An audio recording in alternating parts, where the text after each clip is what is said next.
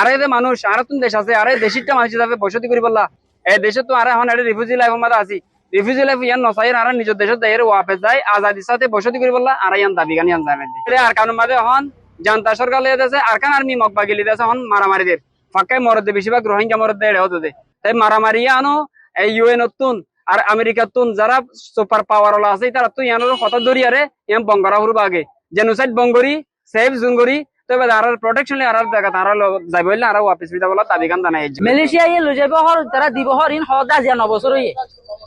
Effective action কে শুনাই হলে কি ইয়ানরে কিভাবে করা যাইব এর এনভায়রনমেন্ট কিভাবে ক্রিয়েট করা যাইব ইয়ানরে যদি আর তো সাহাবরত দতি গিলে রোহিঙ্গার representative UCR United Council of Rohingya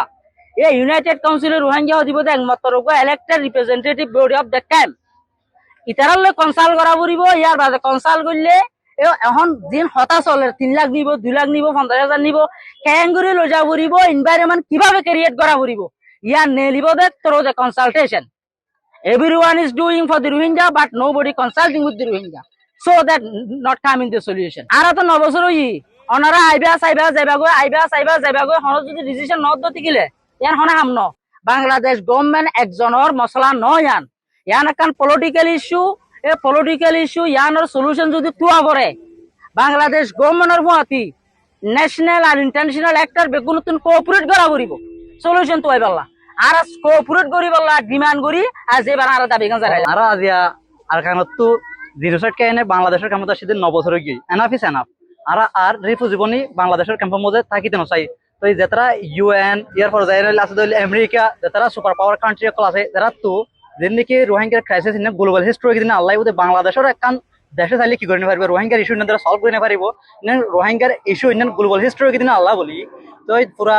দেশত তো কোঅপারেট করে রোহিঙ্গা ইন রিপাট্রিয়েশন করেন আর কারণ সেফটি উইথ এন্ড এনশিওর করেন। তো এই মুহূর্তে এরকম উচ্চ পর্যায়ের সফরটি অবশ্যই আমাদেরকে আশ্বাস দেবে যে মার্কিন যুক্তরাষ্ট্র যেভাবে এই রোহিঙ্গা ক্রাইসিস ম্যানেজমেন্টের ক্ষেত্রে অতীতে আমাদের পাশে ছিলেন বাংলাদেশের পাশে ছিলেন সেটি ওনারা কন্টিনিউ করবেন। ওনারা বলেছেন যে ওনাদের ট্যাক্স পেয়ারদের মানি কিভাবে খরচ হয় ওনারা নিজ চোখে দেখতে এসেছেন এবং ওনারা দেখে সন্তোষ প্রকাশ করেছেন এবং উনি বাংলাদেশের উপর কিরকম বিরূপ প্রভাব পড়ছে এটাও জিজ্ঞাসা করলেন। তো আমি বুঝিয়ে বললাম যে আমাদের স্থানীয় জনগণ এখানে রোহিঙ্গাদের অর্ধেক জনগোষ্ঠীতে পরিণত হয়েছে, এখানে তাদের মধ্যে অনেক দুঃখ যাতনা রয়েছে, সেটি আমাদেরকে অ্যাড্রেস করতে হচ্ছে সরকারের তরফ থেকে। এতে অতিরিক্ত অর্থ ব্যয় হচ্ছে সরকারের, এগুলো ওনাদেরকে বললাম। ওনারা এটা বুঝতে পেরেছেন, জিজ্ঞাসা করছেন যে এখনো কি লোক আসে। আমি বললাম হ্যাঁ এখনো লোক আসছে। উনি বললেন যে স্থানীয়দের মনোভাব কিরকম ওদের ব্যাপারে। তো আমি বলেছি স্থানীয়দের প্রথম দিকে খুবই ভালো মনোভাব ছিল, তারাই তো ফার্স্ট রেসপন্ডার ছিলেন, কিন্তু এই পর্যায়ে এসে 9 বছরের মাথায় এসে তারা আসলে এত বড় বোঝা আর বইতে পারছে না। ওনারা তো ওনাদের চেষ্টা করবেন বলেছে, এটা তো ওনারা বাংলাদেশের পাশে থাকবেন এটা